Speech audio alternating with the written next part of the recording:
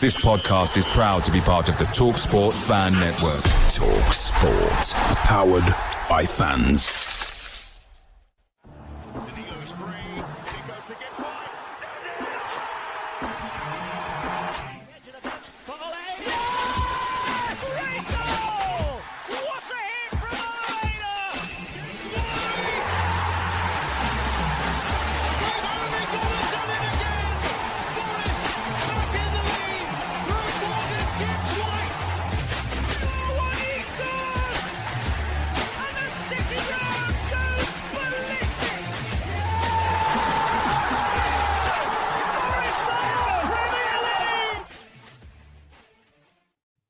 Hello, welcome to this end of the season awards show here on Red Side of the Trent. I hope everyone has got over the disappointment of Sunday finally. Got a full dressing room in Christian Brown, Lee Clark and Reece Lane. Lee, how are you first of all? Yeah, very well, thank you. How are you? Yeah, not too bad. Just thoughts from the Chelsea game. Obviously, me and Christian delved into it on our own and got plenty of hate because we were disappointed about losing to Chelsea. So you may as well pitch in as well. Yeah, I mean, 1-goal game. I said it half time. 1 goal will probably win it. Yeah, of course it's disappointing. Like I've said in the aftermath, I think both things can be factually correct. That you can be disappointed that we've not got the Champions League, but still quite satisfied that we are playing in Europe next year. So I think at the minute, because it's so close to the game, it's still a feeling of disappointment. But I think in a couple of weeks' time, it will, we will be looking forward to in our group chat, we spoke about the Conference League every single day. So I think we are kind of coming round to the idea that it is still quite exciting. So yeah, I just thought it was, I don't actually think the Chelsea occasion was a case of us blowing it as such, bottling it, call it what you want to. I think that came weeks before, but I just thought it was a pretty drab game. I thought once Chelsea scored, they managed it superbly well. I was a little bit frustrated, to be fair, that some of the comments from our fans saying that we blew it, we didn't have a go, this, that, and the other. It was negative football, it was crap football. I don't think it was. I just think sometimes in this league you have to hold your hands up and say that Forest aren't the only team that can see out games, because let's face it, that's what we've got credit for under Nuno all season. Chelsea, Nuno, I suppose, because they were superb once they scored, I thought, defensively. That's fair. Reece, are you well? I'm okay, mate. Are you? Yeah, good, thank you. I mean, same goes to you, because obviously you weren't there to dissect it all come Monday when we did it. Yeah, very similar sentiments to Lee, really. First half was very cagey, because it's what you kind of get now, the game of that magnitude, unless it's Inter Milan and Barca. They just went for it. But I thought we did all right first half. What cost us is what we started the second half way too slowly. Chelsea started quickly. And then, we don't close Cole Palmer down for probably the only time in the game. He puts a cross in. We kind of failed to clear it. He gets hooked back in. And, Nico, bless him, who's been superb this season, makes a bit of a hash of the header. And the ball's put across and Iner's on his heels, unfortunately, is the reality. And Colwell, as a fan at our end of the ground, Christian will know this, you just knew he was going to score when it was rolling. He was literally striding up to it, and it's just that your heart's sinking knowing this is going to just burst in that in a minute, and he did. And I totally agree with Willie. I thought after that, Chelsea basically sat behind the ball and was basically like, you come on to us, Forest, which we know we struggle to do, come from behind. It made matters worse because, we brought the wrong midfielder off in Sangare. In my opinion, Anderson should have come off on a yellow. And then typically Dominguez gets injured a couple of minutes after. And then we just kind of had no rhythm, no real idea. Was kind of lumping it up, weren't we, to nowhere. And it was disappointing because I thought Roger Sanchez all game looked very, very ropey. And then we just kept putting it into his arms second half. And then the actual decent ball right at the end from Sells. I mean, would love that chance back, wouldn't he? But I thought Chelsea managed it really well. And again, like Lee said, it was one of them. If whoever got the first goal would go on to win it, I would have felt that with us, to be honest. I didn't think there was that much in the game. And in true Forest fashion, we've crying out for a result, haven't we, all season? Well, we got 2 on the last day and we still couldn't do the business ourselves. So, I mean, even a point would have been Europa League. So, Yeah, it is what it is now. I said this to Luke yesterday when we did the game. For me, it'll be one where I feel like it's very England-Italy, and I'll kind of think about it in years to come, because personally, and I hope I'm wrong here, I don't think we'll probably get a better chance to get Champions League. But obviously, it's the hope that kills you, and it's a building block for us because we're in this, third tier of the European competition now, and I am excited. We're all excited for the draw. We just hope we can get in the main stage, of course, after the playoff, and then we'll see what happens. But there's going to be, some interesting meltdowns on social media when some allocations, etc., come out if we do get there. But that's for another day. Yeah, definitely. Christian, last but no means least, how are you as well? Yeah, all good. Yeah, I think I've sort of processed it all now. I mean, like Lee said, the choking came before the final day, to be honest. It was a Leicester game for me. I think you can pinpoint other certain things at certain times. And yeah, the Everton game might be another one people mention in recent weeks, but 20 minutes to go against championship sides and you can't see that out. You kind of don't deserve it. But ultimately that's football. I think, it's just, it still feels like a big what if. I think it will feel like a big what if for a while. And like I said to you before, I think when we see Newcastle get their fixtures and they got like Real Madrid at home or something like that, or in Reese's case, Celtic away, all these ties that we'd love to have gone, and we've got we're struggling against Wolfsburg. You can't say FC Whack. You've said that every week. Say that. Or Noah's bloody Ark in one of the playoff rounds. And we're just like, oh god, we could have had that, but it fine margins, to quote a former Forest manager. I think, I'm starting to get a bit more excited now about Conference League, just because I think that realistically, any English team going into that competition should be looking at semis as a minimum. And I think we'll be exactly the same. I'm looking forward to the players that we're set to sign. It might not be the top of the tree that that we would have wanted, but like I said before, we could attract Milenkovic when we were 17th in the Premier League. So if we've got European character dangle, who knows who we might sign?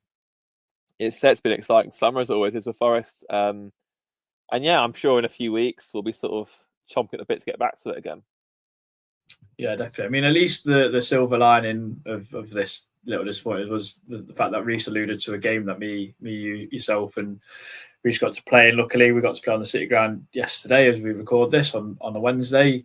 You two both scored, and I think Reece mentioned that you've both now scored more than Eugene Daddy. So I mean, that was a great moment to see. I know we got beat, unfortunately, but it was a great day on a very rainy and wet City Ground. But it was absolutely perfect to play on, to be honest. I mean, I did make a funny comment that the grass was a little bit long, but I was just early in jest. But we've got a lot to get through. We are going to start with the Conference League chat, though, Reece. And I believe you've got something prepared, because everyone has been scrambling around online trying to find out if we get a home leg second. If not, I got some information wrong, which you corrected me on. I feel like you've had a right good time of typing out all these teams and where they're from. It's like you always say, it's your mastermind subject. So I bet you've had a great time. I must say just before we get to the pitch was lovely, wasn't it, yesterday? I must say. To say it's the end of the season and there's been a lot of football played on it, because obviously the women's team have played on it, haven't they, a few times as well. The cup games with the B team. So I must say, it is very much my element, because these are just knowledge of betting on weird leagues all through the years. So there has been a lot of confusion on social media. So I think this would be, as we chatted, good to clip up. So first of all, obviously Chelsea are in the final tonight against Real Betis. Their results now are relevant to Forest. So Chelsea had to finish 6th. Obviously, if they did, we would all be rooting for Chelsea tonight, but I couldn't care less who wins. So that is irrelevant. So regarding Forest and what kind of now happens is we will only play one two-legged tie before the main group stage. So all the other qualifiers before that, nothing to do with Forest. The draw for that playoff is, as Forest tweeted today, on the Monday, the 4th of August, in which we will draw 2 sides from a tie from the 3rd qualifying round of the Europa League or the Conference League.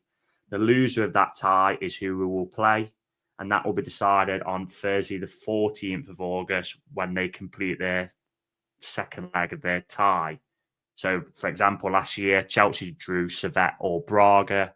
Braga beat Servette over 2 legs. Servette fell into the Conference League out of the Europa League qualifying. So the first playoff, and it's a very quick turnaround, will be on the Thursday, the 21st of August, and the second will be on Thursday, the 28th of August. So we will keep updating the potential list of teams thanks to Football Rankings on our socials. I'll quickly run through the current list, which is Celje of Slovenia, Viking, Norway, Rosenborg, Norway, Puskas Academy, Hungary, Borac Banja Luka, Bosnia and Herzegovina, Santa Clara, Portugal, Servette, Switzerland, Hajduk Split, Croatia, AEK Athens, Greece, Wolfsberger, Austria, Baník Ostrava, Czechia, Brann, Norway, Fredrikstad, Norway, AEK Larnaca, Cyprus, Austria Vienna, Austria, Universidad Cracovia from Romania, Aris Limassol from Cyprus, Hammarby from Sweden, AIK from Sweden. So what that means is Forest will be seeded in that playoff draw, but that doesn't mean we will play second at home as you would if you finish higher up in the playoffs, for example, in the Championship. That will be decided by the luck of the draw, as seen last season. Chelsea was seeded, for example, but played Servette at home in the first leg. If we do win that 2-legged playoffs, we will then enter the group stage, which is predicted to be pot 2 of 6. And then we'll draw 1 team from each of the 6 pots. So we'll end up with 3 home games, 3 away. I had a quick look at things from 2 previous sides who was in pot 2 from this season's competitions. So they both played at home against a pot 3 team, away against a pot 4 team, home against a pot 5 team, and away against a pot 6 team.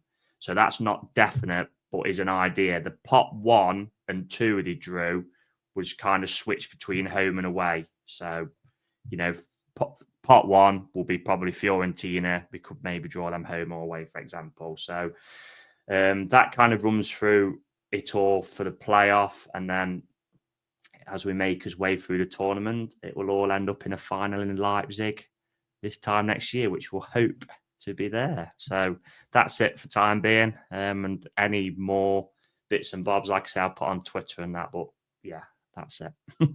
What a fantastic run through. I mean, just a quick question to everyone before we really get dive into awards and predictions that we made at the start of the season. Any sort of places take your fancy, Lee? Well, I don't fancy losing to a bunch of students from a university in Romania that I heard there.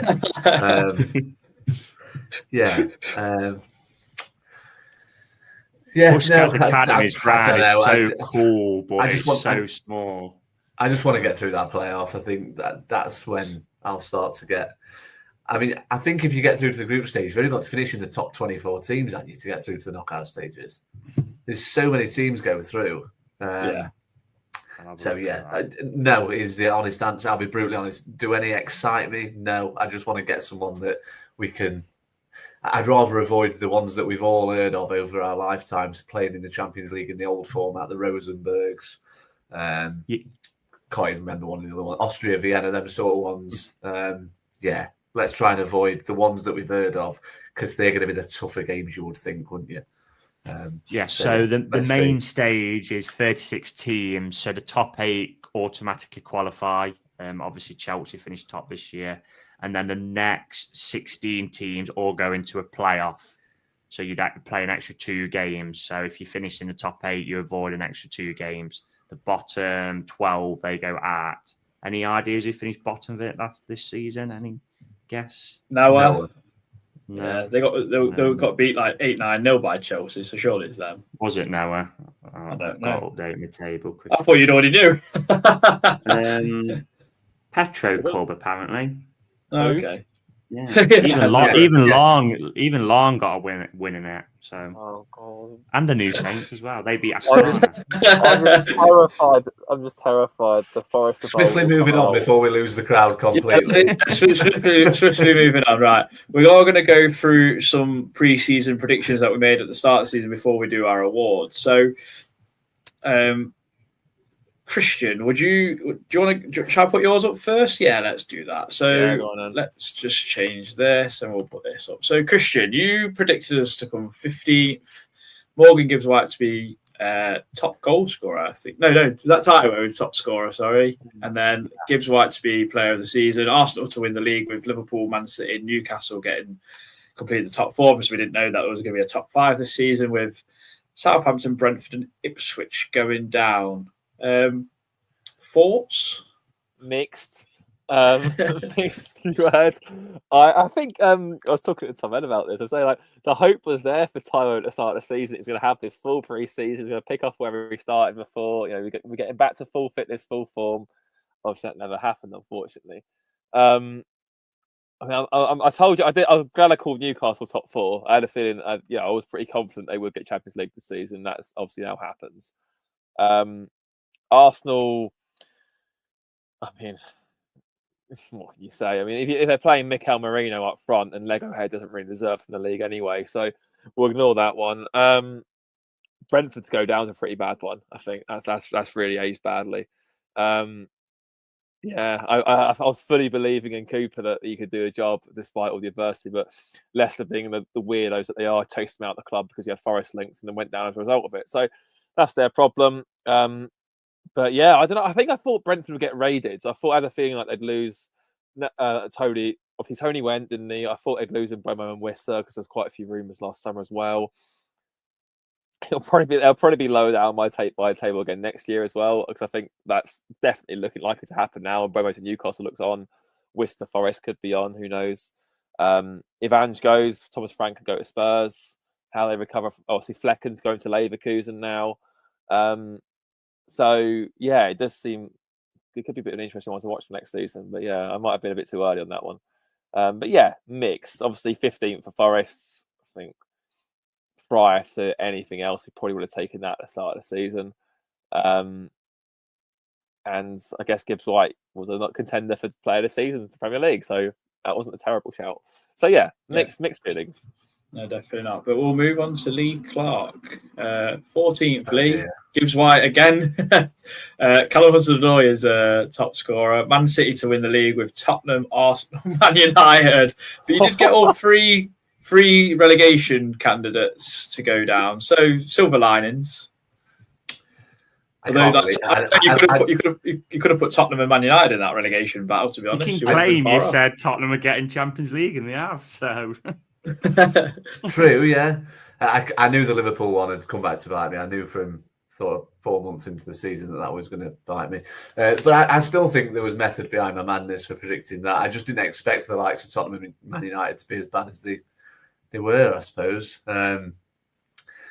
Lots of fans of a certain club around here keep telling me that Forest only finished so high because everyone else was so bad.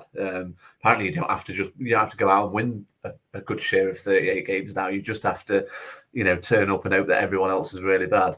But I do think in Liverpool's sense, I think they probably would have still put up a good fight of winning it. But I think they romped to it because City tailed off. Man United and Tottenham decided to compete with the newly promoted sides for a relegation battle. And Chelsea have just been kind of inconsistent all season, haven't they? Don't know what to say. Hudson-Odoi was a bit of a bad shout for top goal scorer. What did he get? 3 or 4? Got 5, I think, in the end. 5 maybe, yeah. And yeah, Gibbs White was just an easy one. And I think we'll all be glad to be proved wrong on the league placing. So yeah, I guess I'll take some solace in the relegation full house, but it wasn't exactly a difficult one to pick for me. I think the gap's getting bigger. I think now we're in the Prem, we're seeing it firsthand that the gap is definitely getting bigger. Yeah, definitely. I mean, Reece, 14th, Hudson-Odoi to be player of the season and top scorer. Arsenal to win the league with Liverpool, Man City and Tottenham, and then it also got all 3 relegations, right? Any more to add to that? I mean, starting with our position, if the fans who say, think what you predicted at the start, and they are right in that sense. We have exceeded expectations from the start. There's no denying that. Hudson-Odoi. To be honest, at the time, I didn't think Wood would probably do what he did. What was it, 14 goals last season? I probably thought he might have got around 10, and probably Hudson-Odoi the same. Hence why I went for him. I actually thought we'd sign a striker at the time. So I'm kind of glad there isn't a picture of Santiago Jimenez there. Yeah, it's kind of a shame he's not bettered his numbers from last season, Hudson-Odoi. As good as a player as he is as well, he's not as if he's played badly or anything this season. It's just his numbers don't play out as good as the season before, where kind of at the end he was, seeming to score that curler most weeks, wasn't he? Chelsea, Sheffield United, for example.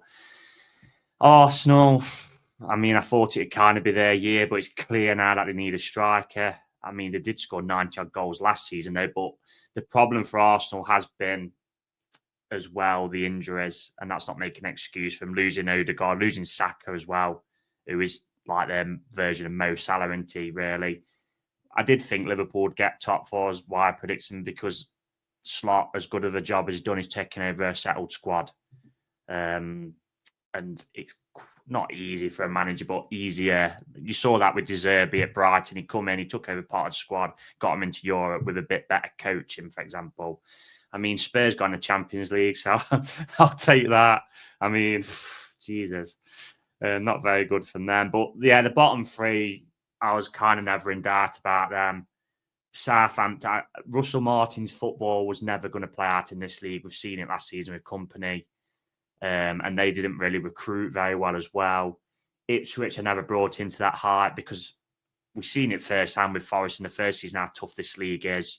Pundits, the light who played for Ipswich, etc. I think trying to kind of get a click, and some of their fans as well.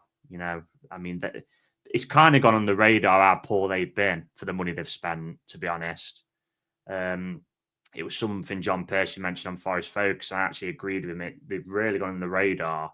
And Leicester, again, recruitment dreadful. Why they appointed Cooper, I had no idea. Why they appointed Van Nistelrooy, I have no idea.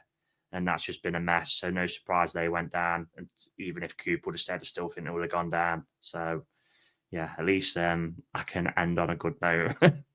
Yeah, definitely. It'll be interesting for the relegation sides next season, because who are you looking at to go down? Straight away, you're just thinking of the teams from the champ. Straight away. Yeah, pretty much. I mean, was Tottenham knew I'm going to finish 17th and 16th next season. Not a chance. No. Well, this was mine, so I've obviously put 14th. I thought Sangara was going to be player of the season. Towards the end, he was in contention for 4 games. Chris Wood is top scorer, so I got that one right. I put Arsenal, Liverpool, City, Tottenham again. I went for Brentford as well, like Christian did, where that has aged like milk, because they had a really good season. They almost got Europe. Tottenham, I don't know what's happened to them, but they got Champions League. So again, like you guys who put them in, kind of take that, I guess, in a sense. But yeah, just still unbelievable that we finished so high and so far above from what we all predicted. So we're on the right trajectory, which is good. I think to your question, Reece, I think that the side that's probably got the best chance of staying up next season is Leeds, and that's because of the fan base, and they've been in the Premier League recently, and I just think they might go after it a little bit more than the other two. But again, it's who drops for them is a tough one, really. Yeah. We maybe look at like West Ham, and if Brentford do get picked apart like they might do, or I mean, you could have mentioned Burnley on a defensive side because they've had such a good defence in the Championship, but they've lost. I think Egan Riley's gone to Strasbourg, hasn't he? And that is it a Steve or a Steve or whatever his name is? I think he's meant to be going as well. So that kind of core of that defence is going to be split, and yeah, so going to be tough. I mean, Sunderland, Bellingham's mentioning on about going to Frankfurt, so yeah, very, very tough. Well, next season will be extremely interesting, but we'll get into the awards now. So we're going to start with Player of the Season. I'm going to start with Lee Clark. I mean, talk us through your top 3 from third to first, and then we'll go from there for everyone else to go through their Player of the Season. Yeah, so just getting it up in front of me. I know what I picked for player. Yeah, so third I went for Wood. There is logic behind this. Third I went for Wood. Second I went for Sels, and the winner was who I voted for, which was Milenkovic. I was always going Milenkovic for first. My thought process behind him was quite simple, actually. Football is a game about scoring goals at one end and keeping them out at the other. And that was the process of elimination I came to for the numbers 2 and 3, because I could have honestly put 10 players in a hat, pulled them out, and they'd have been good choices. But like I say, in the end, I went for the very simplistic approach to football. I went with Seltz, who obviously won the Golden Glove, and Chris Wood, who scored 20 goals. So, yeah, that was my logic, to be honest. Fair enough. Christian, on to you for player of the season, top 3. Yeah, so I didn't do 3. I did what I just went for straight 1, but it probably wouldn't be too dissimilar to Lee's in terms of Wood, Sells, and number 1. Yeah, number 1 is Milenkovic. Just like trying to hide that. I think he's been an absolute colossus this season. The transformation in what he's brought is just staggering. Like, so set pieces have gone. Was it 22 we exceeded last season? I think it's about 9 this year. I think it was. And some of those would have come when he wasn't there. We all saw in the cup games, didn't we? When Milenkovic didn't play, how questionable we looked from set pieces to him about his leadership.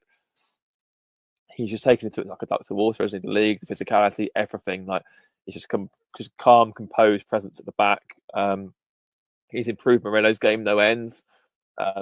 He's obviously improved Sells' game no end, I think, as well, because you have to say, because with his leadership and the way they've marshalled that back line, obviously he just seems to be like the sort of the sergeant of that. Sells, for the most part of the season, only really towards the end where it sort of started to drift a little bit, maybe the tiredness, whatever else. But we weren't giving the opposition quality chances at all. We were making Sells' life very easy in a sense. So that was really pleasing. Sells definitely has to be number 2 for me. I think to get the Premier League Golden Glove, I think he's the only person to do it outside of a Sky 6 club as well, which is very, very impressive. And again, testament to the work Milenkovic has done before him. Woods, 20 Premier League goals. I mean, how can you contest with that? You can't. That's the first time since Collymore, I think, in '95. Someone's got 20 Premier League goals for Forest. So, I know obviously he went on strike, but when you had a player of the caliber of Van Hooijdonk, he got nowhere near that. So that's outrageous from Woods to get those numbers. There's so many other shouts from people. I'm sure they get mentions. Williams, I think, is it Aina for the most part of the season. Murillo, Anderson, Gibbs White. I still say Alanga.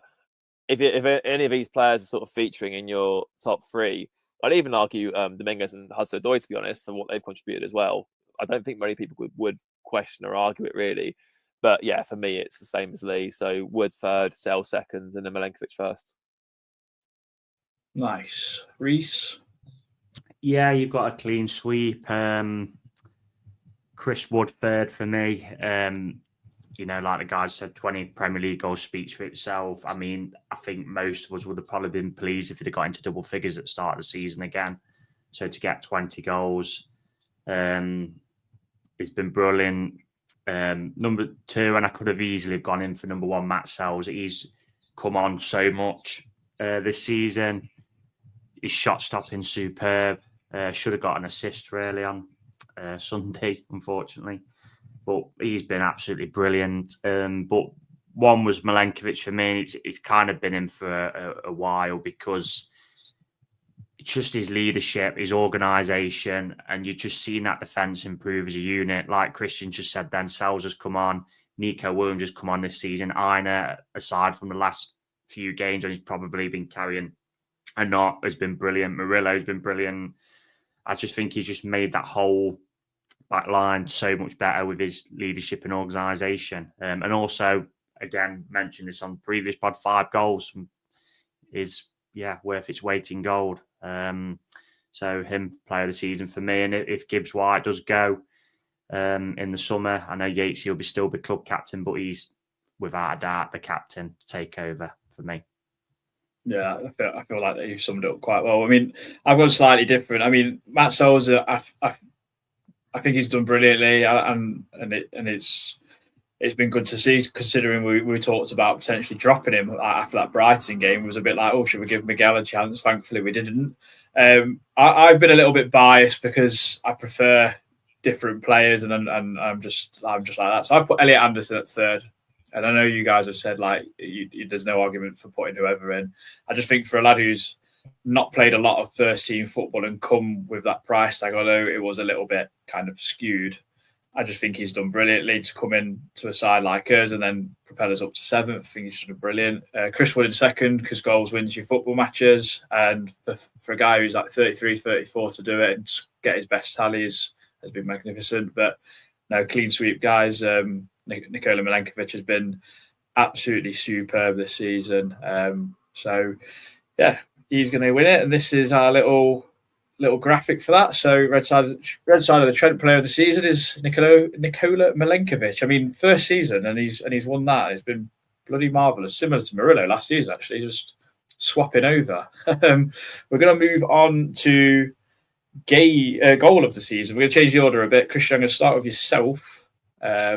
Goal of the season from you. It's only one this time. There was only 3 for player of the season. So just goal of the season from you. Feel free to have any honourable mentions. Yeah, I feel this might be a popular one. I've gone for Hudson-Odoi against Liverpool.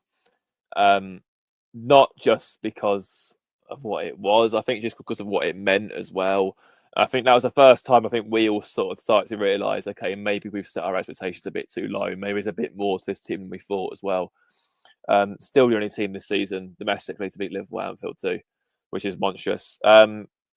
Yeah, I mean, there was a few other thoughts I was thinking of. I was thinking of Wood's chip at Everton.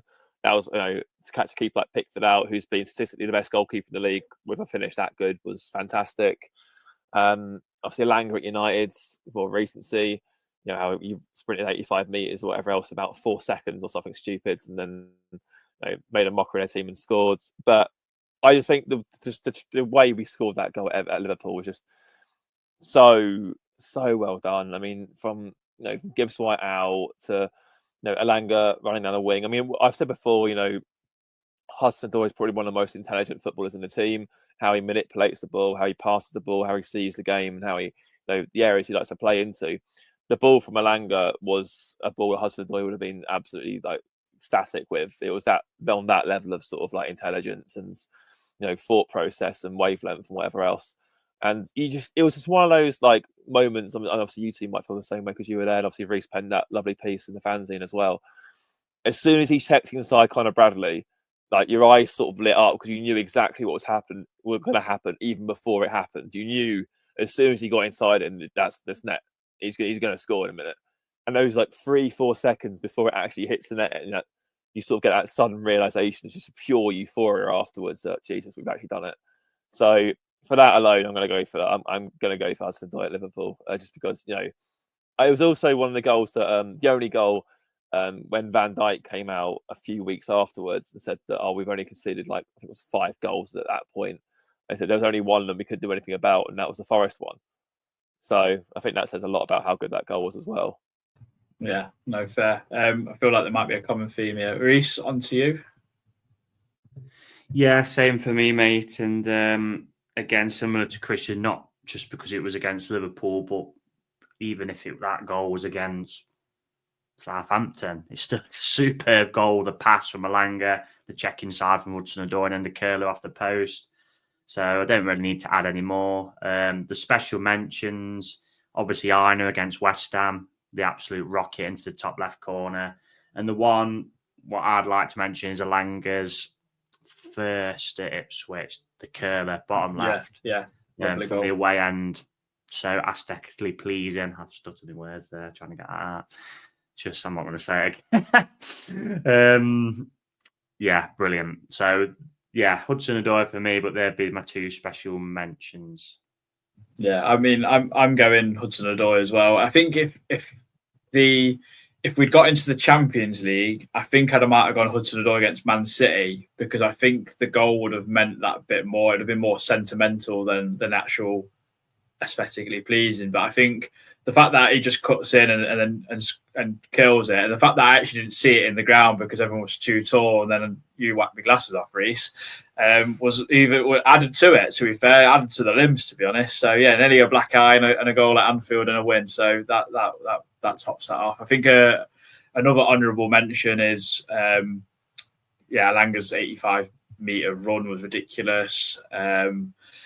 Nico Williams getting a goal at the City Ground was nice as well in that 7-0. So yeah, there's some good ones. I think there'll be some good ones for like the ones that don't get nominated for goal of the season like we did last year. Some unmentionable ones. So yeah, Callum Hudson-Odoi. Lee, on to you. Last means no least. Well, short and sweet, because you've all literally said I was rooting for Reece to stop talking then, because no one had mentioned the Ipswich one. And then you went and mentioned Nico Williams at home to Brighton. So, yeah, same as you for goal of the season, and all my honourable mentions have been said. So, on we go.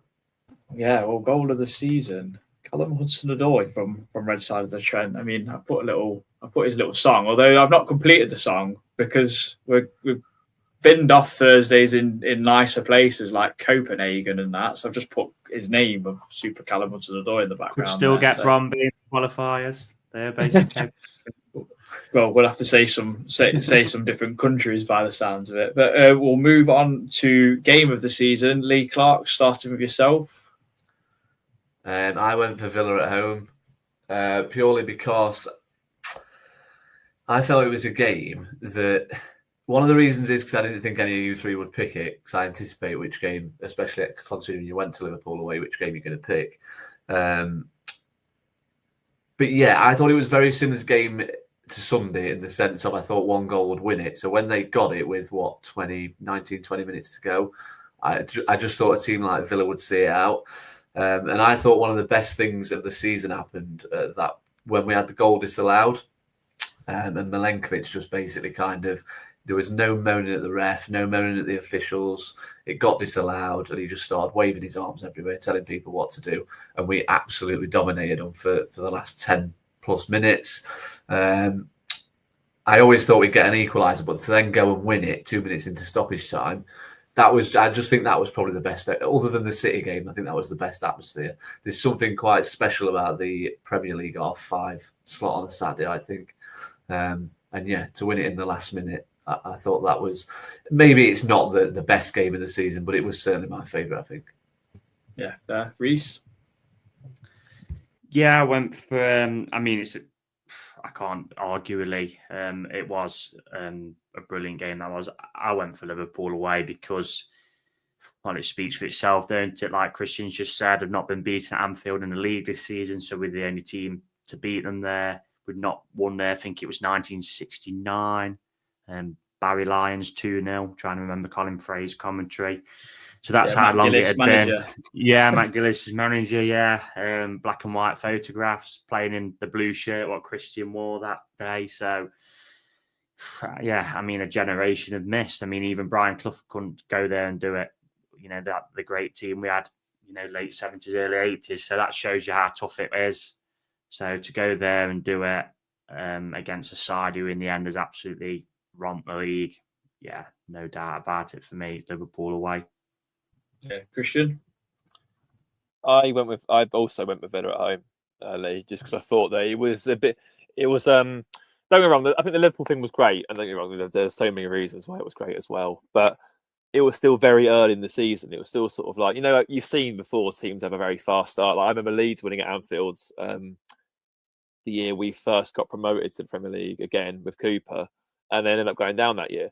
They had a semi-decent start, one at Anfield, I think it was 2-1 and 1-0. Got a very late goal, I think it was Somerville that scored. And they obviously didn't mean anything in the end, it was inconsequential.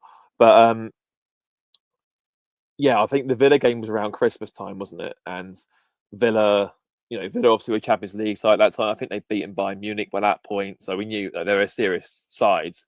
Obviously, you all know that I speak very highly of Unai Emery as well. Very good manager, achieved a lot, done a lot. And yeah, I think for us to dig in like that, and like Lee said, with the adversity as well, like having a goal that's allowed, you're thinking, oh, it's like your day sort of thing. And I also think, given how we didn't really come from behind against other teams in the season, you know, even against Leicester, we threw that away. We drew against Palace. Fair enough, that was a good point at Selhurst in the end because we drew that. But you know, the games where we actually came from behind are quite few and far between because we didn't do it very well. But to do it that well against a team that good and with a late like 90+ minute winner, yeah, I think that's my favourite for me. I think an honourable mention would be, I know obviously they had a car crash for a season, but to win at Old Trafford as well would probably be second for me, because it doesn't matter what, who's wearing those Man United shirts, to score 3 goals there and win. I think especially after the last couple of seasons as well, where we were cheated the year before with the Worrell red card when he wasn't the last man, and the very, very, very soft, and that's me being very polite, penalty from Rashford where he very clearly dived. To have all of that, obviously Atwell Classic that day as well. To have, and then obviously I remember the home game before when Maguire literally becomes Tatum from the Boston Celtics and just smashes it away with his forearm, gets away with it because apparently that's congestion, something I've never seen before or after since, and probably never will again. Man United were all there, and then we owed them one that day. So to get to beat them 3-2, I think that's second for me. Especially with little Sandro sort of scurrying across the goal line, trying to catch Chris Wood's header and getting nowhere near it. That was beautiful. Yeah, fair enough. Well, I've gone for Liverpool as well, just because of what it meant on that day. Like Reece said about the history there. We're the only team that shut them out as well, I think, at Anfield, and even away from home, I believe. So that is some achievement as well, to say how well they'd done this season and winning the league and everything. The fact that the only reason this is going to go to Liverpool as well is because we've asked a few people who've appeared on the pod to do some videos which are going to come out on like social media and TikTok. A lot of them went for the Liverpool game as well. So unfortunately, Christian, you have been overruled by the Liverpool hierarchy. So game of the season was Liverpool 0, Forest 1. We are going to move on to quickly as well to mention the 7-0 against Brighton. I don't think it's been mentioned yet. I mean, beating anybody 7-0 in the Premier League is incredible, whether it's Brighton or Burton Albion, isn't it? So that was a memorable day. Definitely. We're going to move on to most improved, Reece, and you're going to kick us off for this one. Yeah, it's easily could have gone in top 3 for my player of the season, but Nico Williams. Now, some fans will say he was really good at the back end of last season, which is very true. Agree. But going into this season, again, we didn't know whether he was going to play or not. Ola Aina pretty much stamped the right back position down. We wasn't sure whether Nico would play at left back, hence why Alex Moreno was brought in. And when he was brought in, as we've just discussed, the Liverpool away game, completely marked Mo Salah out of the game. And you're thinking at that point, well, he's going to be as left back for the rest of the season. But, things changed, didn't they? And Nico got the shirt and he never, ever looked back. Consistently brilliant, 100% every game, relishes any winger he's up against. And, what more can you say than that? He's just been brilliant this season. That's why I was kind of so gutted it came off his head on Sunday, because he didn't really deserve that for the work he's put in this season. And I actually really enjoyed his kind of little statement he put on Instagram, because you could tell it was actually written by him rather than some PR agency. So, going to be an interesting one again next summer, because, we have discussed, and I think the club want an out-and-out left back. Ola Aina, I know we have got a year maybe to activate, but if somebody comes in with a bid in the summer and he doesn't really want to sign an extended longer-term deal, then that will give the club a decision. So, it'd be interesting to see what happens with him next season, because he's also only got a year left himself. So someone might even bid for Nico. It wouldn't surprise me, because Atalanta did last season, for example. So hopefully we can get him signed up to a new deal. But, I think definitely the most improved, because he finally, after this is his 3rd season now, was finally nailed down a position this season. So, definitely him for me. Yeah, I'm going to go next. And I completely echo what you say, Reece. To say when we signed him, we were very 50-50. Christian was very much like in the camp of, I think it's money wasted. And I think he's done a complete U-turn and playing left back in a position where we was a bit unsure, because he played there a lot for Wales. But for us, he's been outstanding there. Just would like to see him.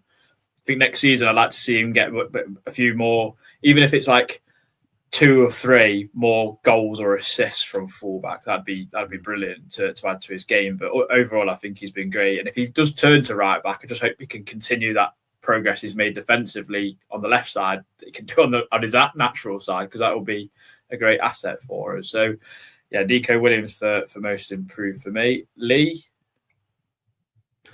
Yeah, same, and not a great deal to add, to be totally honest. Reece summed it up quite nicely. I hope he doesn't go back to right back, to be honest. I don't know. I just think there's something about whenever I've seen him play for Wales, he's better at left back. I just think he's a left back, albeit a right-footed one, which doesn't help the balance of your team. But he's young; he can still adapt. If he does end up playing at right back for whatever reason next year, then obviously the hope will be that he's improved sufficiently in that position. But yeah, I don't see any. If it's not broke, don't fix it. And right now, I know he's not left-footed, and I know we all crave a left-footed player in that position, but well, you can't drop him next season, can you, at the minute? So, yeah, let's see what happens. But, yeah, definitely Williams. Yeah. Christian? Yeah, clean sweep, mate. Williams for me, 100%. Just, again, I mean, I still remember speaking at Danny Tring near the start of the season where it looked like it was Aina at right back, Moreno at left back, and this Atalanza bid had come in, sort of thing. And we were sort of saying, like, should we accept it, should we not? And I was like, I was still of the mind then to sell him at that moment in time. I still haven't seen him as a right back. I think, to be honest, if you are saying Williams is a right back for Forest, I say go and get a better one. That's just not his position.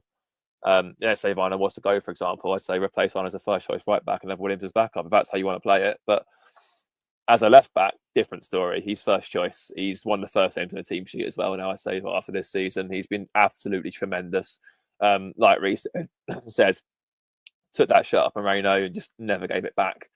And, his form was so good. We were saying in January, is it worth just cancelling Moreno's loan? There's no point having him here because Williams is just playing that well.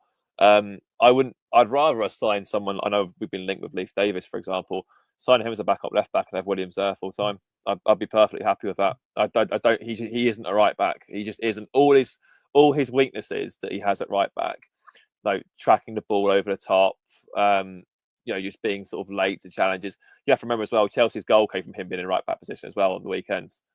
So he just isn't strong there. On the other side, none of that happens. He reads the game brilliantly. He gets his head to the ball. He charges up the pitch a lot. I get what Adam's saying. Yeah, it'd be nice to see him add a few more assists or assists and goals and whatever else. And I know obviously towards the end of the season, it was a bit unfair on Williams really because he's very right-footed. He's going to try and cut in. He can't beat his man on the outside. Not his game. But yeah, as a left back, he's just been sensational. He's again, you're sort of thinking of what's come before him. It's he's been as good as what we've seen. So yeah, I think it still annoys me he wears number 7 shirt. Give him number 3, keep him at left back, and just have him there for the foreseeable. Like Reece said, tie him down. He needs a contract. In fact, I'd say he's probably as urgent as a deal to sort out as Hudson-Odoi is. So yeah, got to be Williams for me. Did you want to come in at all, Reece? I kept seeing you come off mute. Yeah, I think I agree with Christian. Like defensively on the right, he is a bit sceptical, but he just kind of needs to combine. Actually, on the right going forward, I thought it was fine. It's just his defensive attribute. Whereas on the left side, his defensive attributes are immaculate. It's just obviously when he does go forward, he has to kind of chop back onto his right foot. So he's not as quick as Hudson-Odoi, is he, to do that? So teams are kind of going to read that. So that's where your kind of natural balance comes. So that's where I do think we'll sign a left back. The guy from, is it Truffay, been linked with Rennes. Yeah. I think he'd be more viable than Leif Davis, probably because of the finances. So yeah, but he's made that position his own, hasn't he? But we need competition all over the place. So if they do bring in a left back, I'm sure Nico will look at it and think if he stays with us because we need him to sign that new deal, he'll relish it. And I'm sure he'll have another good season next season if it's with us. Yeah. Well, I'm sure we'll be repeating this throughout the summer, but we're going to need players for two lots of competitions anyway, and plus cups and everything. So the squad's going to be utilised anyway. But yeah, so most improved, Nico Williams from Red Side of the Trent. We've well done, Nico. Hopefully next season we'll be talking about you being in the player of the season contingency because we've had another good season. But underrated, I'm going to start us off because none of you are stealing me thunder because I am the number one club man of the Nico Dominguez fan club. So I've got Nico Dominguez, obviously. I love that man. Deserved his Argentinian recall, and he just shines when most don't. Really, I don't know. I'm sure there's going to be a lot said about him from you guys, so I won't say too much. But Lee Clark, who are you going for? I'm going for Dominguez. I was actually going to keep it because you said there's a lot to be said. I feel like I need to add more now. I was actually going to say the less I say about Nico Dominguez on a positive awards podcast, the better. Because I've been saying all season that I like Dominguez, and I think I've been one of the people who, since he first came to the club, I've never really got the fascination with every time anyone does a predicted team, he's not in it, and I don't get it. He's very similar to other midfielders we've got, but he's got ball playing abilities, and that's what you need. He runs himself into the ground, again, much like other players in his position. Weird how that's sufficient enough for certain players and not for others. Yeah, he's got everything. He's got absolutely everything. He runs, he works. I'd love to know how much he's actually run this season. A lot. He's covered a lot of ground. And he can play football as well. I mean, what's not to like about him? Plays the game with a smile on his face, goes into tackles. Check the stats out, you'll see he does win tackles. Yeah, let's move on. Brilliant player. Christian? I'm going to say that actually this chap called Dominguez, in case they're already interested suitors around Europe or the Premier League or tuning into our podcast for some random reason, he's actually a very bad footballer. You should go completely elsewhere. Don't go anywhere near him. No, he's just a fantastic footballer. Like, we're so lucky to have a player that good at the club. We really are. And like Lee said, it's just so frustrating seeing that he just doesn't get any sort of appreciation. It's just sort of taken for granted, isn't it? He'll, like it's like I raised it before with Danny. Because he's so clean, because he's so efficient, because he's so good, you can just go 20 minutes without noticing. But in those 20 minutes, he's won 3 tackles or cut the ball out 3 times. He just knows where to be. He nips in, get the ball cleanly, lays it off the feet quickly. No fuss, nothing. You very rarely see him slide tackle. He's normally on his feet, winning. He's in the right position to win the ball. He's got a great passing range. He's tired. It's like he's got a third long. He could probably beat Park Ji-sung in a bloody long distance race, I reckon, the way he goes. And like Lee said, all these, or some of these attributes anyway, are like blown way out of proportion for other midfielders. But when it comes to him, it's sort of just like, it's a given. No, like I said, the other week, Adam, he's now got a call up to the current world champions, and we're just sort of brushing it under the carpet. That's how good a player he is. That's how good he is. And yeah, he's long may it continue to stay on the radar, because if, let's say, Gibbs White does come out of the team, or even if he doesn't come out of the team, if he stays, fingers crossed, and City go for that Turkey chap instead, you still say Dominguez starts. You still put him on the team sheet. He's that good. In fact, he's so good that was basically playing without width just to get him in the side, because of what he offers you as a unit. So yeah, Dominguez for me, 100%. Yeah, Reece, is it a clean sweep? It is a clean sweep, mate. I do think more fans most fans have come round to Dominguez. Whether or not that'll stick when he does have a few bad games, who knows? Probably not. But end of the day, that's opinions. All I'll add is probably what's been missed, I think, is probably by the fan base, really, in the fact that this is a guy who wasn't starting at the start of the season. There was links with him going to Turkey on loan, because I think that was like the only real window open at that point. I remember, I think it was the Fulham home game when we lost, being in Evers after the game, and he'd come by in his Bentley Continental, very nice matte black, and he looked absolutely devastated. Some fans were like waving at him, and he put his hand up, but he looked gutted. He wasn't playing. Apparently, he went to Nuno asking why am I not playing. Nuno put him in the Palace game, I believe, was home, and he's never looked back since then. Always willing to do a job for the team, whatever position. Don't see him moaning in terms of being asked to play out of position. Always gives 100% for Forest. And yeah, with all the players we've had over the years, you're just happy to sit on the backside on the bench. This is a guy who could easily do that, could easily get a move back to the continent in the summer, but he didn't want to do that. He wanted to come here and play.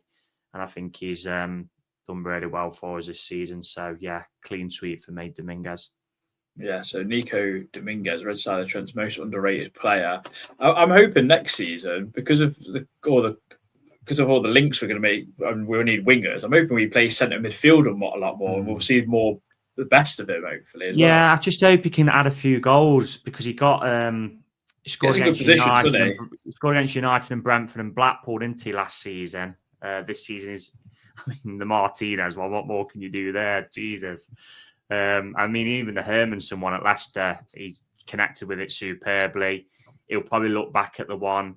Was it against Leicester this season, the diving? Yes. Yeah. He should have shot. Back at that one. Should have done better. So we kind of need to see that from all his midfielders, really. Anderson as well. Even if Gibbs White, really, if he stays, needs to shoot more for me. But hopefully he'll still be here next season. Yeah. Well, rounding off the Red Side of Trent awards, it was one I wanted to include, because I felt like there was so much stuff happening this season, like stuff in the community, funny stuff that happened in the stands. So this is a non-football / Forest related. Well, it is Forest related. Sorry, it's a non-football related moment. So it could have been like a chant. It could have been something in the community. It could have been on our own or on social media. So there was it was very kind of dependent on yourself. So we're going to start with you, Reece. What's your non-football moment of the year? Well, I did a funny one. There has been, I won't steal. The Warriors United one with Nuno, that was pretty nice, wasn't it? With all them. There's been so many, but I did a funny one because, I wanted to do that. But it's from Liverpool away, so obviously you and Christian will know this, but Liverpool chasing the game. So I think this is in stoppage time, and to the people who've been to Anfield, they'll know that to the right of the away fans is the little tourist section who like to video the away fans and video the game. And basically, the ball had gone into that section. Someone had chucked Alisson another ball, but then the tourist chucked it back onto the pitch, which delayed the restart. And even all the tourists were getting up, kicking off, which was absolutely brilliant. When me and you was walking back to the car, Adam, someone had the window down, and I know it isn't James Alexander-Gordon anymore, but the classified results were being read out, and it come on Liverpool 0, Nottingham Forest 1, and this guy smacked the dashboard. So, that would be my little two. But it's been so many, and I won't steal you guys' thunder, so I'll let you carry on. Christian, you next? Yeah, I have gone for the Warriors United thing. I think it was a really nice touch to the club. I think it also showed a side of Nuno that we don't really see as well, because he's very... I find that with Nuno the Bija, he's very sort of cold and sort of stern and why say 10 words when one word will suffice sort of thing. And he can come across as quite brash, but you hear all these stories from the players about how behind closed doors he's completely different. He's much more personable, much more sort of open to talking to people and that sort of thing. And I think that was the first time that we as fans sort of really started to sort of see that side of him. And even recently, I'm fairly sure he's... I think it might have been the West Ham game. It was one of the games that we won fairly recently. And he did one of the celebrations that the kids showed him to do as well. It was just it just showed that there's a lot. Obviously, it came from before with Cooper, and I know it's something Marinakis always promoted as well. Whenever things have happened, they've always been on hand to sort of, show that we are a caring club. Obviously, we had United Nations as a sponsor for free when we couldn't find one. So, which we could have just kept one out or got a betting sponsor at the time. It was very good of the club to do that.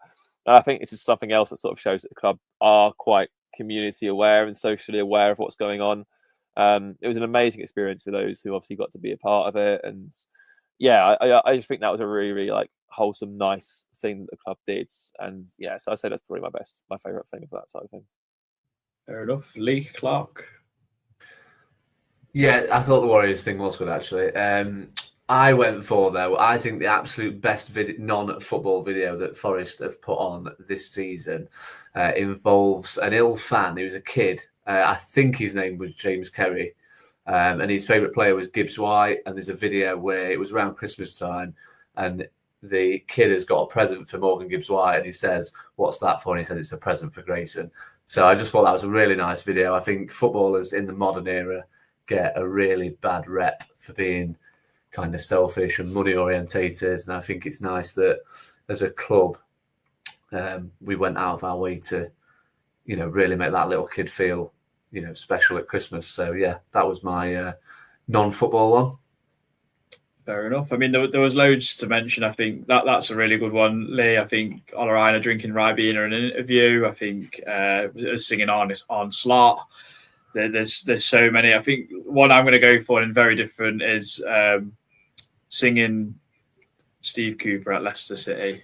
I just think it was just so funny. Like, I really didn't want to sing it at 2-1. As soon as Chris Woods did that third, and I'm joining in. So just thought it was very, very funny.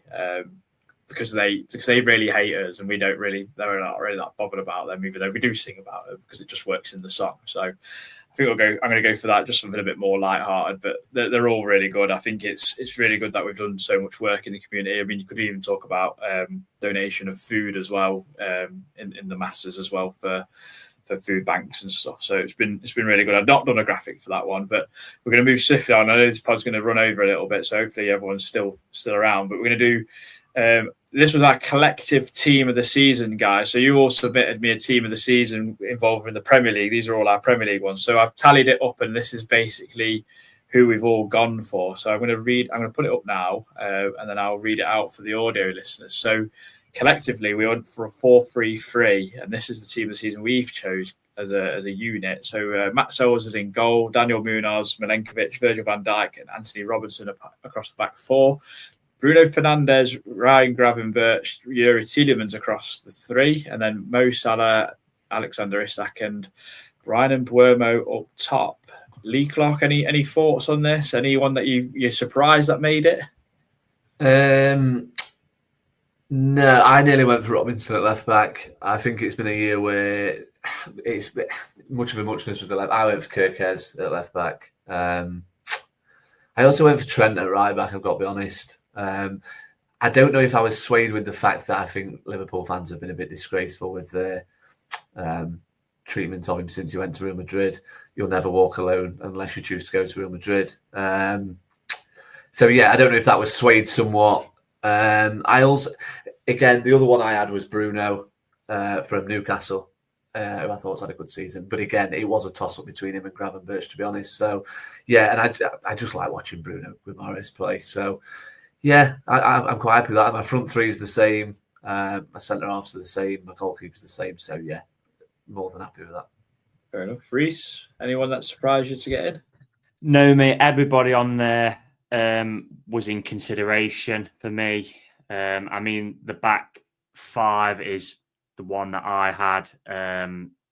Easily could have put in Aina at right back, but probably because the end of the season a bit ropey. I mean, Munoz I was slagging him off in the sense that I actually thought people, to be fair, I think pundits put him in there because of the FA Cup win, but when you look at his stats, it's actually quite good. And to be fair, he's someone I mentioned when we played Palace away. It'd be perfect for us because he's an absolute flying machine, very underrated. Like Lee said, Kirkez could have easily gone in at left back. I'd even make a shout for Cucurella, who's been good this season. So the centre back's fine, the keeper, yeah. Bruno Fernandes, I think that might be the one people look at and think, well, Man U finished 16th. But if you actually look at Bruno Fernandes' numbers this season, they're quite incredible for a team that finished 16th. In fact, if Man U would have gone down without him. Yeah, they would have gone down without him. If they didn't have him, they would have seriously been in trouble. Obviously, Gravenberch has won the league. The other centre mid, I did go for Declan Rice, but Tielemans was in my thoughts. Tonali was in my thoughts. Bruno Guimaraes was in my thoughts. Caicedo, another one. The front three kind of, I thought, pretty much picked itself. I know Mbeumo is actually a right winger, but I wouldn't say there's been a standout candidate on the left. I mean, Mbeumo's numbers are, for a side like Brentford, no disrespect to them, are absolutely gone under the radar, really. So I think that's a really fair teammate, personally. Yeah, well, I had Cucurella at left back, but two of you swayed it over for Robinson. So yeah, and Burma and Vis are like ridiculous numbers for them. Like we said, I think this is why if any of them two go, like Brentford might be in a bit of a sticky situation unless they can replace them. But Christian, any added thoughts for this? Yeah, I didn't have Mbeumo in. I had Woods.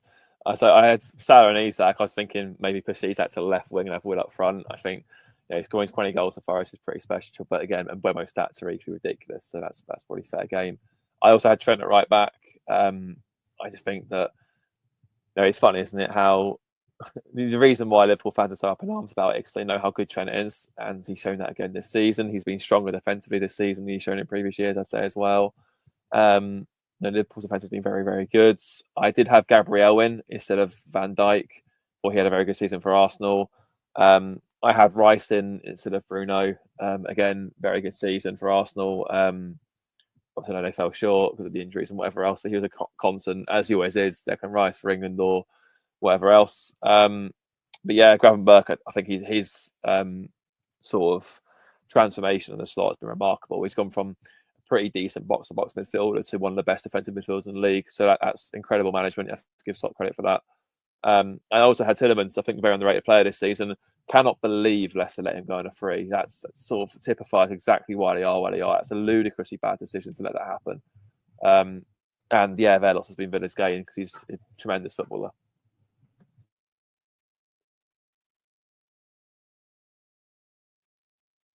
Oh, you're on mute, mate.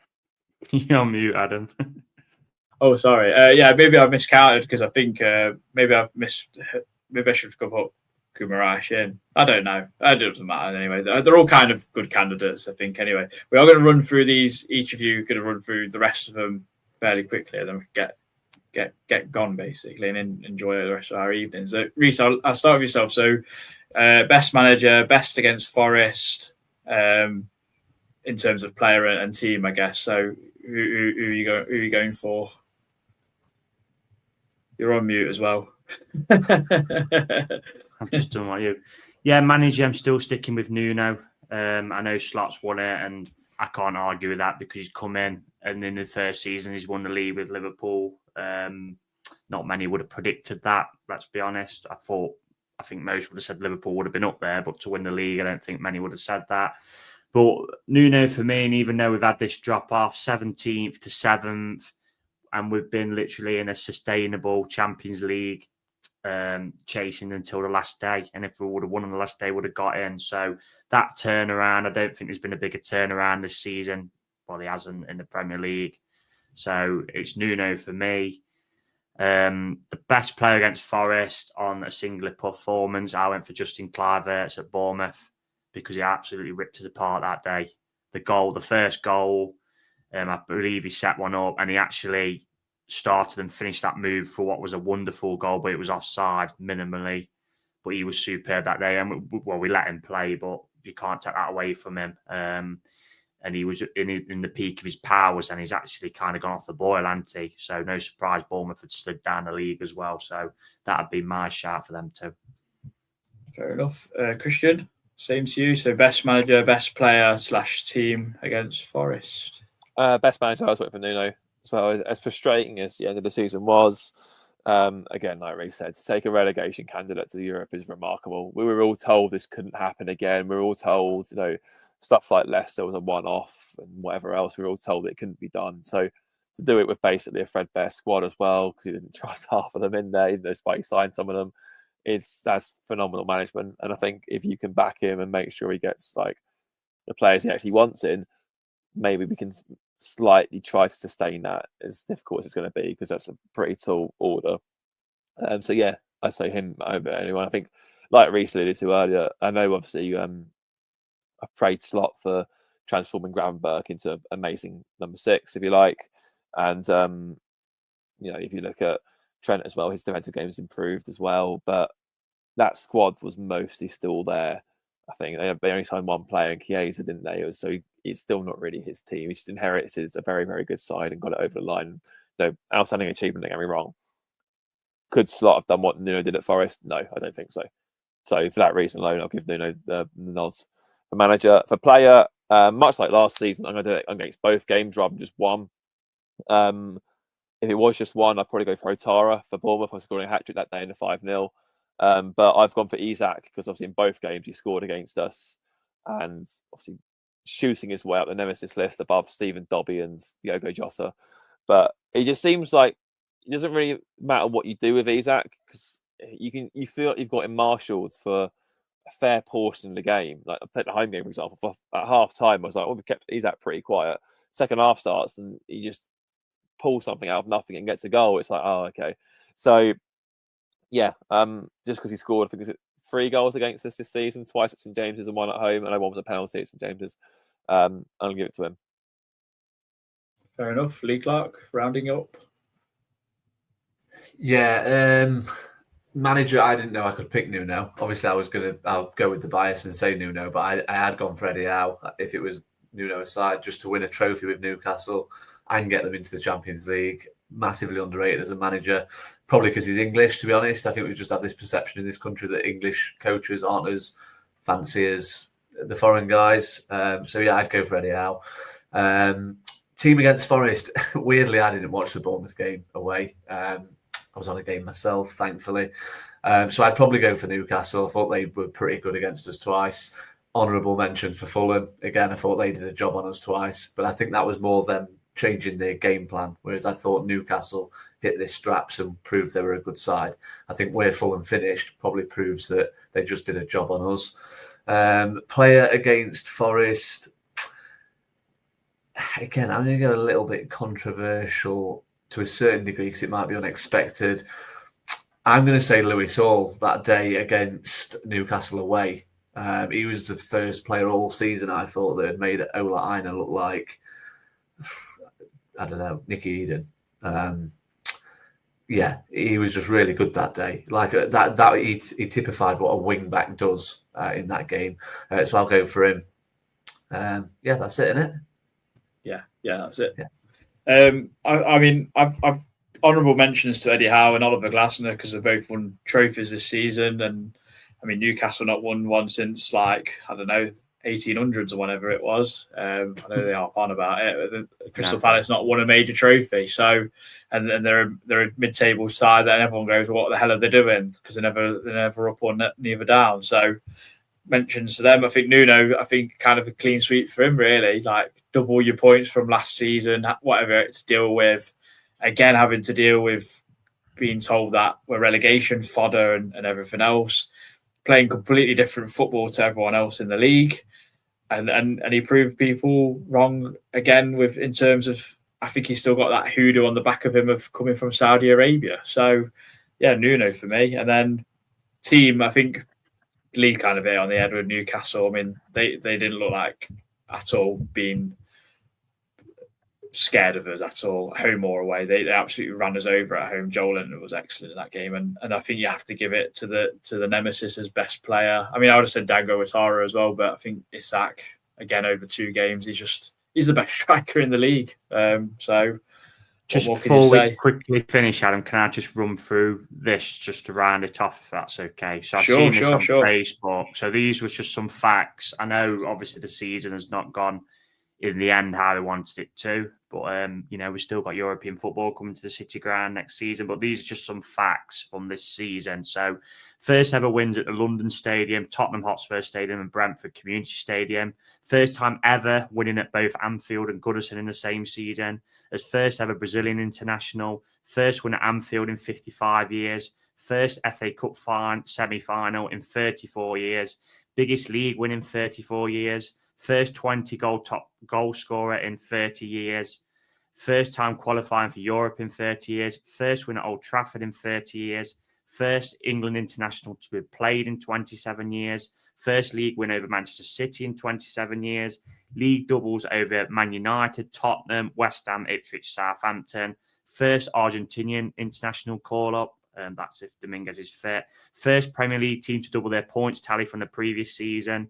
And also, just to touch on the B team, Premier League International Cup winners, and also the women's team, National League champions. So when you read through all them stats, it's not been that bad a season. I think the women won the national cup and all. I think they and the retained national cup as well. Yes, and we've also got a netball team there. So yeah, we're smashing it. We're everywhere. Fantastic season. I mean, I think when you read all of that out and you kind of take it in and go, do you know what? It's still been a really good season despite what happened at the end. And do you know what?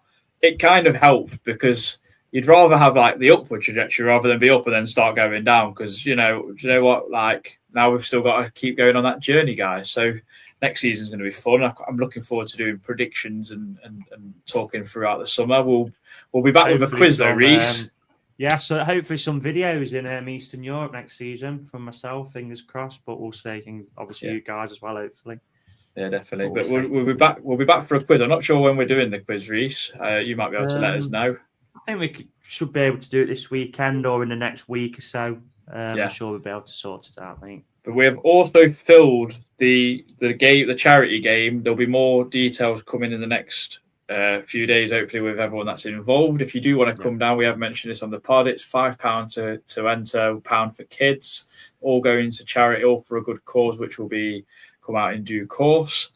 Really looking forward to it. It was a good day. It's been great the last 2 seasons. Lee Clark's refereeing has also been brilliant. Why would it be any less? On a few refs, you have no issues. Well recovered. Nice, isn't it? Yeah. And Christian, it's you're the only one that's not scored out of the 3 of us. So I mean, you might score at the City Ground, but doesn't mean you might score at the famous Ilkeston Town at the clock end or anything, does it? So not the same, is it? No. No. But thank you very much for joining us. If you've enjoyed it, drop us a like, subscribe. That helps all, and we'll see you soon for a big old quiz. Hopefully that will go all swimmingly. But until then, come on, you Reds.